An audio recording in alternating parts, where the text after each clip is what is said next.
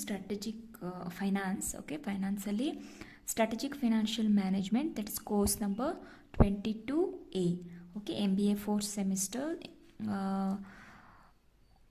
ಅದರೊಳಗಡೆ 22A strategic financial management ಬಗ್ಗೆ ನೋಡೋಣ ಇವತ್ತು. ಓಕೆ, ನೆಕ್ಸ್ಟ್ ನಾವು ನೋಡೋಣ ಲೈಕ್ IFM ಮಾಡೋದ, ಡಿರೈವೇಟಿವ್ಸ್ ಮಾಡೋದ ಅಂತ.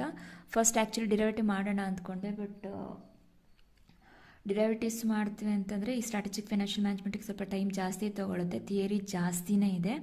ಅದಕ್ಕೋಸ್ಕರ ಇದನ್ನೇ ಫಸ್ಟ್ ಫಿನಿಷ್ ಮಾಡಿಕೊಂಡು ನೆಕ್ಸ್ಟ್ ಡಿರೈವೇಟಿವ್ಸ್ ಮತ್ತು IFMಗೆ ಹೋಗೋಣ, ರೈಟ್? ಸೊ ಇಲ್ಲಿಗೆ ನಮ್ಮ 3 ಆಲ್ರೆಡಿ 3 ಕಂಪ್ಲೀಟ್ ಆಗಿದೆ. ಕಾಮನ್ ಸಬ್ಜೆಕ್ಟ್ಸ್ ಕಂಪ್ಲೀಟ್ ಆಗಿದೆ. ಈಗ ಬಂದಿರೋದು specialised finance subjects. Okay, strategic financial management, international financial management and derivatives.